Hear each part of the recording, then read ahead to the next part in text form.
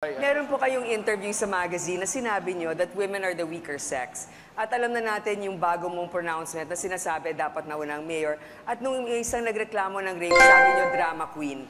Ano po ang kahinanatnan ng babae sa inyong administrasyon? Well, in Davao City, ma'am, we are the first city to come up with the women's code.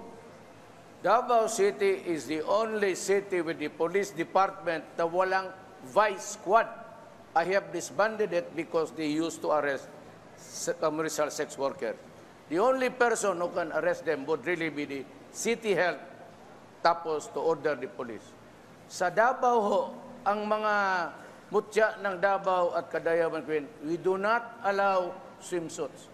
It's only short and beachwear. That is how important the women is or are in Davao. Meron kami niyan. Women's Code, the first. Binagbawal namin yung swimsuit. Walang nakakibikini-bikini dyan. And even, bawal ang pulis maghuli.